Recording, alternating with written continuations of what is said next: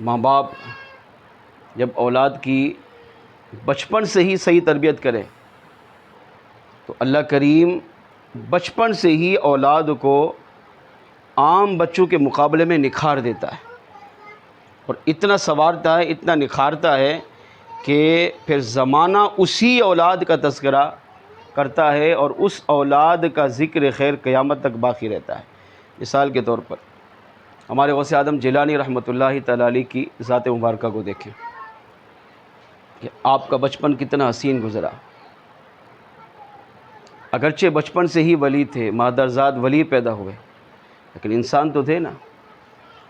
بچپن تو آپ نے جس طرح بچے گزارتے اس طرح گزارا ہے نا، لیکن آپ کا بچپن دیگر بچوں کے مقابلے میں بالکل نرالا ہے، انوکھا ہے۔ کیوں؟ کیونکہ بچپن سے ہی ماں باپ نے تربیت کی ہے۔ جیسے غوث اعظم جیلانی رحمۃ اللہ تعالیٰ علیہ علم دین سیکھنے کے لیے جب اپنے گھر سے نکلے تو اس وقت آپ کی عمر مبارک 7 سال تھی۔ تو ماں کے پاس آئے اور ماں سے اجازت لی کہ اجازت دیجئے، میں اب بغداد سے باہر جا کر دور دراز کا سفر کر کے علم دین حاصل کرنا چاہتا ہوں۔ تو ماں نے آپ کو اجازت دی، اور جاتے ہوئے ماں نے ایک سبق پڑھایا، کیا؟ کہ بیٹا کبھی بھی جھوٹ نہیں بولنا۔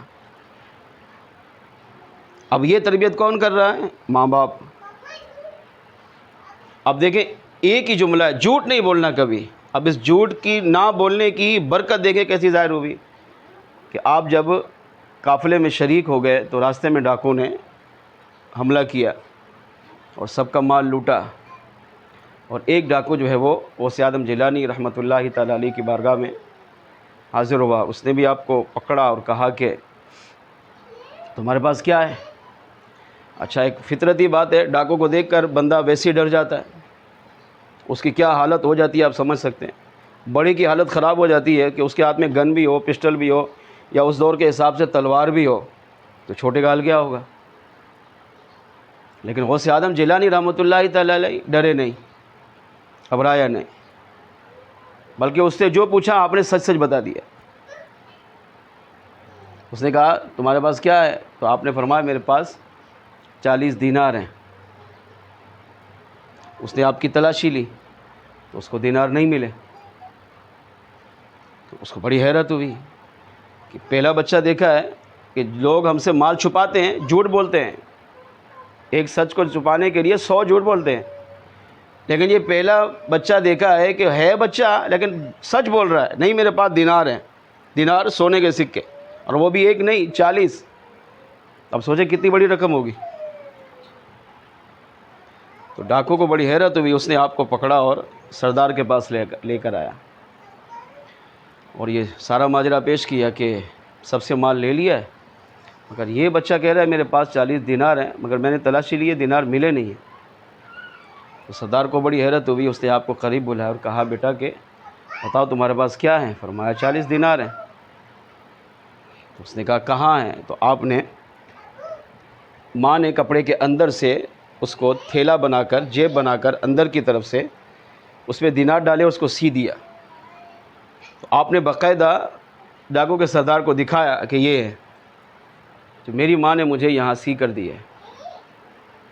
تو اس کو بھی بڑی حیرت ہوئی کہ یہ کیسا بچہ ہے کہ لوگ ہم سے مال چھپاتے ہیں مگر یہ بیان کر رہا ہے، بتا رہا ہے، اور یہ بھی ایسی جگہ چھپے ہوئے ہیں کہ اگر بندہ صحیح تلاشی نہ لے تو نہیں پکڑ سکتا اس کو، لیکن وہ بھی دکھا دیا کہ یہ سلے ہوئے ہیں۔ تو اب دیکھیں تربیت کس نے کی؟ ماں نے۔ صرف ایک جملہ کہ جھوٹ نہیں بولنا، اور غوث اعظم جیلانی علیہ رحمہ 7 سال کی عمر ہے، نابالغی کی عمر ہے، پھر بھی آپ نے سچ بولا، وہ بھی ڈاکو کے سامنے جہاں جان کا بھی خطرہ تھا، مگر آپ نے جان کی پرواہ نہیں کی، اپنی ماں کی اس نصیحت کو یاد رکھا کہ جھوٹ نہیں بولیں گے۔ اور اب اس کی برکت فوراً ظاہر ہوئی کہ وہ سردار شرمندہ ہوا، تو اس نے فوراً پوچھا کہ بیٹا آپ کا نام کیا ہے؟ فرمایا عبد القادر۔ کہاں سے آئے ہو؟ فرمایا جیلان سے۔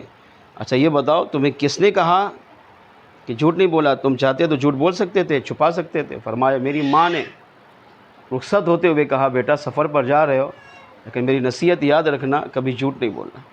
تو میں نے اپنی ماں کی اس نصیحت پر عمل کرتے ہوئے جھوٹ نہیں بولا، جو کہا وہ سچ کہہ دیا۔